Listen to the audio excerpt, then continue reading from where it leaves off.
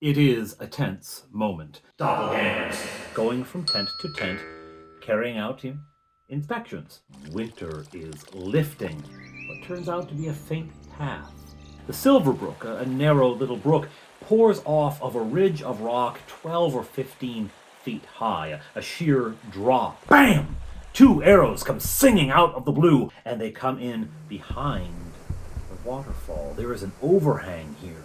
The waterfall screens a small cave, at the back of which there's a door.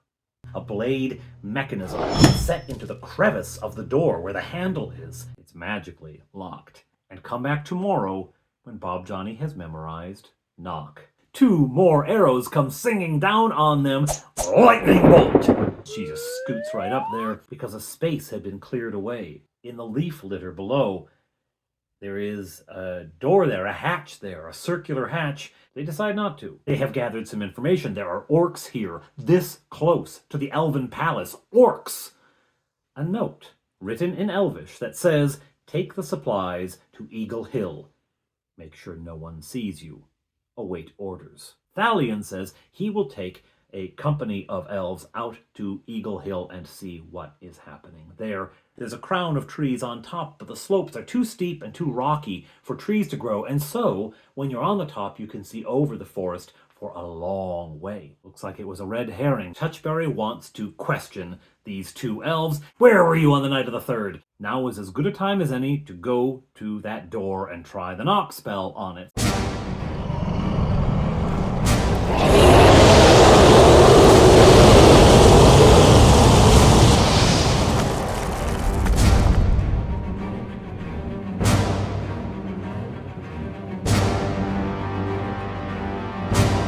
Hello everyone, Father Aaron here, the Dungeon Minister, and we follow the Heroes of Honeywood as they enter the passage behind the waterfall.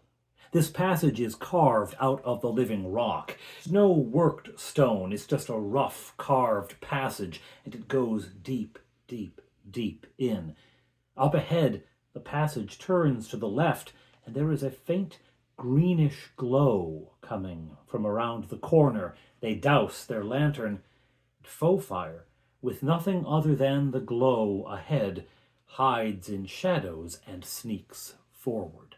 She creeps to the entrance and looks around. This is a large room lit by a phosphorescent green fungus growing up the walls of the cavern and into the ceiling among stalactites. These drip down to a pool in the center of the room, which has its own luminescent glow. In the far corner, there is a black altar. Two passages lead out, one to her left and one ahead to the right, sort of across the cavern from the altar. She reports back to the group. Fleetwood is intrigued by this altar. He wants to investigate, and so he leads the way into the room, followed by the others who go to examine the pool. Fleetwood doesn't get very far, however, because as soon as they are all in the room, orcs leap out from both of the passages and the passage behind. There had been a secret alcove that they missed with their focus ahead on the lit cavern ahead of them. So they are now surrounded. Battle on. Alright, it's been a while since a group of, mangy orcs is going to give this group much trouble. They lay into them, and they lay into them hard, and it's going all in their direction when a massive direwolf enters from the passage up ahead, leaping into the room and tearing into Bob Johnny. Ow! He is hit and hit hard, but he swings back with that axe of flame. Brasingas! And down goes the direwolf after 2, maybe 3 rounds of combat. As I say, the orcs had fallen rather easily to the party, and so they turned their attention on the direwolf. Fleetwood came in to help at the last minute. I think Touchberry did as well. Now, what this meant is that Fleetwood had only a cursory glance at the altar. He now returns to it, and he discovers that embedded in the top there is a stone. A kind of stone like you see when they slice a stone in half and there's swirls and whirls of sort of crystal. It's like a geode, but not quite. I don't know what kind of stone it is. I'm not a geologist or a gymnast or whatever it is. Anyway, it's that swirling pattern on the inside. Dark, dark black and red swirls and circles. He looks at it briefly. Doesn't investigate any further, and they decide to look down one of the passages, choosing the passage from which the direwolf emerged. They do loot the bodies, and they just find a few coins, nothing really worth writing home about. Out they go down that passage. Now, the reason that Fleetwood didn't see anything in particular is that I rolled a wisdom check behind the screen, because the player shouldn't know that he's missed something, right? And he totally failed the wisdom check. Down the corridor they go. At the end of this passage, they discover a sleeping chamber. Just, rough beds, bedroll kinds of things. Nothing real permanent, scattered around the floor of a relatively large chamber. A dozen of them. They didn't just fight a dozen back there. That was 6. Watch out. There are more. There are more out there. There's another passage leading out further into the rock. There they find what was clearly the den of the direwolf. The straw on the floor, the general mess, the bones, all indicate a large beast kept lair here. And, well, the smell doesn't hurt either. Yet another passage leads out of here, and they follow it. Down at the end, they discover a door. A door. Okay, Foefire, check that for traps. Foefire checks it for traps. There are no traps. There are no mechanical traps. She can't find magical traps, and she doesn't. So Fleetwood, very confidently, opens the door.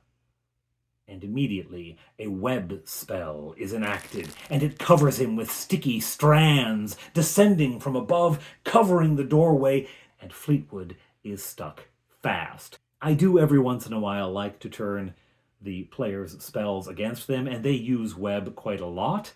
So, taste your own medicine there, eh? Now, at first, they question, is there a spellcaster here? Did someone here, did someone present cast that? But then they think about it. No, if there was an invisible caster, when they cast the spell, they would become visible. That's the BECMI way. This must have been some sort of contingency spell, some sort of preset trap. It's a trap! There is a while to wait, because unless they burn Fleetwood out, and Fleetwood says, no, please don't burn me out, I don't want to take that damage, unless they burn him out, it's going to take him some time to tear his way out of these webs. And meanwhile, all he can do is wait. And struggle. As he does, I say, you can see into the room. Your face isn't entirely covered. You can see into the room, and you see a bed. There's also, out of the corner of your eye, you can see a table, and it seems to have papers across it. That's all you see in the room. Very good. All right, struggle, struggle, struggle. While they're waiting for Fleetwood to struggle his way out of the web, Foefire goes back down the passage a ways to cover the end of it with her bow, and Touchberry goes with her a little bit of the way just to watch and to listen. Meanwhile, Bob Johnny decides to take out the crystal ball that they keep forgetting they have and to look for some of their enemies. Now, you must remove your gauntlets in order to look at the crystal ball. You have to, in order to make connection, it has to be skin on. So he takes off the gauntlets of ogre power, which he normally wears, and he holds the crystal ball. And who does he ask to see? Who do they ever want to see? Bargle. They are sure that Bargle is behind all of the mischief that has been happening in the elf camp. He's behind the undead that they ran into in the Whispering Pass, whispering, whinging, screaming, screeching, hollering, moaning. I can't remember what I called it now. Anyway, they're pretty sure that he's behind the undead they met there, so where is Bargle? Show me Bargle. Now, the crystal ball is an evil object. It is an evil magic item, and so it doesn't want to help a lawful good kind of character. But it has to answer, right? It has to reply. It has to do what it is requested to do. but it can do it to limited extents, so it's not going to give him a full answer. What he sees is Bargle's face, almost filling his vision. Not very useful for locating someone. Bargle appears to be on the move. He can see around his head is a hood. Well, magic users often wear those, but this one is fur-lined. He's someplace where it's a bit cool. Well, it's, the last days of winter are hanging on. Yes, it's probably cool where he is. All right. Every once in a while, as Bargle is moving, he's walking, he sees a flash behind him of a banner, red and black and silver. Red and black and silver. What? Don't know what banner that would be. All right. Show me the doppelganger we fought in Babelbrook. Okay, this goes way back, and again, the party believes that the doppelganger they're looking for in the elven camp is that doppelganger. Like there's only one in the world or something. At any rate, show me that doppelganger, okay? The picture doesn't change much. Now there is the face of, it's the face of a human being. It's the face of a human being also seems to be somewhere cool and dressed in clothing that is red and black and silver. The same colors seen on the banner over Bargle's shoulder. Now, they can ask for 3 visions through the crystal ball every day, but before they get to a third one, faux fire alerts them someone's coming. They all tense up, and at the end of the passage appears Lord Sylvarian. Lord Sylvarian and a couple of elven guards. Hello, friends, are you there? I'm glad to find you. I heard that you had come here. I was drilling with the troops, but when we broke, I heard that you were headed this way. I am glad to find you alive. I saw your handiwork in the first chamber. Well done indeed. What has happened to Fleetwood? And Sylvarian comes up to investigate. Well, around this time, Fleetwood is beginning to pull himself out of the net, and the last of the strands are breaking. And with a little bit of help from his friends, he loosens the rest of it. Now, they hang limp around the doorway. They have to be careful of those. They can't bump into them or they'll get stuck again. But now they have access to the room, and Fleetwood goes in. Lord Sylvarian has worked his way up to the front. The 2 elves have stayed at the end of the hallway on guard. Lord Sylvarian has gone up to the front, of course, to help, and he goes into the chamber with Fleetwood, who looks around. Indeed, camp bed, very nice camp bed, and a table full of papers, and 2 bottles. Okay. He gets a glance at the papers. He sees a little of what's there, and I again am making a secret wisdom check behind the screen. Good heavens, Fleetwood, you gotta pass one of these at some point. Anyway, he doesn't. Okay. Just at that moment, there's a holler, a bellow of anger from Bob Johnny. First, I ask them all to save versus spells. They all save versus spells. Bob Johnny fails it. So does Faux Fire. They both fail it, and they are attacking. They both turn to attack. Bob Johnny attacks Touchberry, and Faux Fire attacks Touchberry. Everyone pile on Touchberry. Well, okay, Touchberry doesn't want to fight back. He doesn't want to hurt his friends. They very quickly realize a confusion spell has been cast. Fleetwood is unaffected. He is going to try to tackle Bob Johnny and control him, while Touchberry tries to tackle and control Faux Fire. Well, very early on, Touchberry succeeds. He succeeds. I just do an attack roll to see if he can grab, and then I do a strength, roll off, essentially. It's not a problem. Touchberry grabs Faux Fire. She's not that strong, so once he's got her, he's got her. Now imagine this little halfling just throwing himself, body tackling this woman and knocking her to the floor. I've gotcha. Right, she's struggling away, but he's got her. But meanwhile, Fleetwood is rolling very badly. He misses and misses and misses and misses, and Bob Johnny takes his axe and is wailing away on Touchberry, who has a penalty, or a bonus to Bob Johnny, because Touchberry's holding on to Foefire. He can't dodge, he can't weave, he can't avoid. So he's getting hit over and over, and Bob Johnny keeps rolling really well, and he keeps apologizing to his brother. I'm sorry, I don't want to do this. I rolled an 18, sorry. He keeps rolling really high. And then the damage, the axe is a 1d8, and he lights it up too.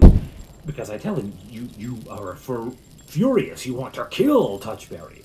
So he's going to use everything at his disposal. Now, isn't it a good thing that he was looking at the crystal ball and he had the Gauntlets of Ogre Power off? That is 3 points extra for, strength. Actually, he has a +1 strength, so it's 2 more points extra for damage and to attack and for damage. So it's a good thing he wasn't wearing the gloves because, oof, he hurts Touchberry. He hacks at him. By the time Fleetwood finally succeeds and wraps him up with Lord Sylvarian's help, eventually, they have to dodge around the webs because they keep almost getting stuck in those.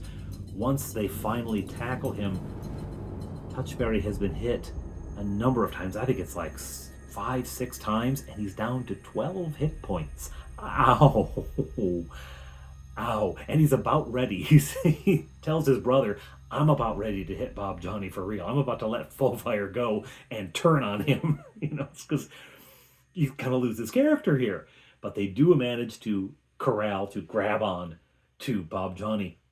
And they hold him, and Touchberry keeps holding Foefire until eventually it passes, and they're back to their own selves. What was that?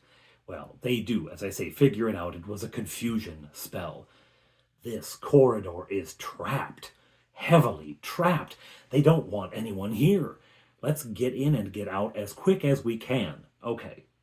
So Fleetwood goes in again. He looks at the table and he's like, the papers. Is that all that was there? I thought there was more. Anyway, he grabs the papers. He grabs the bottles. Touchberry says, I want the bed. I want the bed. Why are you going to haul a bed out of here? Someone hauled it in. You must be able to haul it out. Well, yeah, you can. I mean, it's going to be a pain in the... I want the bed. Okay, considering that he has just finished beating the snot out of Touchberry, Bob Johnny offers to help him carry it. And he puts on his Gauntlets of Ogre Power, says, I won't do it. I'm fine now. I'm fine. And with those, especially helping him, they haul the bed out. Foefire's been hurt a little. She was hurt by the orcs. She was hit once in the combat there. Not too bad, not too bad. Fleetwood's a bit banged up from the orcs and from the direwolf because he jumped in to help there. But other than that, they're okay. Bob Johnny's a little down because he got a big old bite from the direwolf. And Touchberry, oh good heavens. Well, all right, fine. Lord Sylvarian says, the bed, why would you take the bed? Very well, I don't understand halflings. And he leads them out, and there come Touchberry and Bob Johnny bringing the bed. They haul it all the way out back to the first cavern with the glowing fungus in the pool. What's through that door? They go through it and they discover another sleeping chamber. Another chamber full of bedrolls. There were a lot of orcs here. We only fought 6 here. There were 2 as archers up above. That's 8. Where are the rest of them? There are another 10 beds here. 22 beds. More if they slept in shifts. There might have been more orcs, right, if they slept in shifts. But at any rate, there's at least 22 around. All right. Also in this chamber, there is a ladder that goes up, and Touchberry says that's going to go to that hatch we found that we didn't go down. That's indeed what it is. The party goes up the hatch, and they find it's that little circular opening. Well, I say the bed is not fitting out that. Fine. We'll go out the main way. Along the narrow path that is really slippery? Yes. Okay. And here I kind of let it slide because he's had a rough day, and they would be able to get it out. Again, the bed was brought in. It must be able to get out again. And I tell them, as you're carrying it, you discover it does kind of fold up in a way. It folds, it's a camp bed. It's meant to travel. So, okay, he folds it up a little bit, and that makes it easier. And again, with Bob Johnny's help, they leave the cave through the main door to the waterfall, past the waterfall, around the ledge, back through the forest to the camp. Does anything assault them on the way? No, nothing does. They struggle their way through the woods with this camp bed out into the main valley and back to camp. Touchberry needs a good night's sleep. Looks like he might just get one.